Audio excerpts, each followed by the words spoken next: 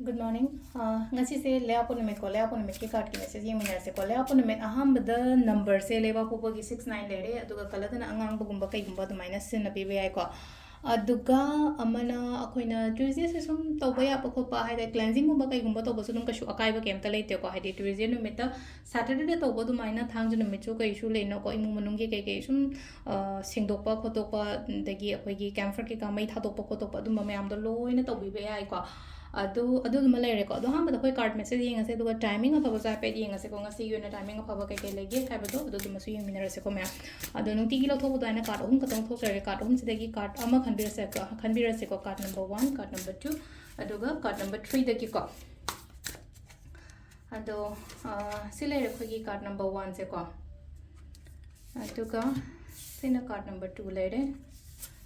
sina card number 3 lere ko aham bai se khansira ani shuba khansira natraga ahum suba khansira ama khala se ko first card khan bangai gi oina yenga se ko ngasi gi oina kari message la ke ha bado shong gi damakta ko first card khan bangai gi oina sile je confusion kum mayam na leigani ko ngasi je confusion su leigani kitang wakan emotionally hai tar ko sile je wakan nuai traga hadi thabak to wong khang da bado adum basu oigali ko heta hadi akoi je thawai nuai traga di keno taw traga di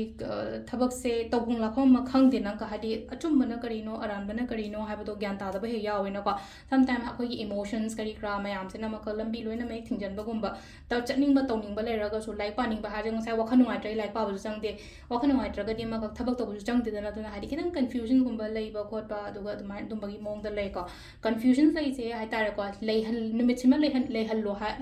lo ha roi ko kambra ata adi kai to bada kitang confusion kitang clear hoen ba madar ka roi ba clarity ma porak pa hai tar isha gi oina ai confuse oi be ya de ko hadi phajana nina ta na hai tar ko ai wakhan nuai ta ba ko ta smaina to du shuru pode kitang change to thoke ko to ke na dumaina khanbi ba ko number 2 gi oina silai se ko thabak to ma tam da kana ba phangani ko thabak to ma tam kana phani se lai se koina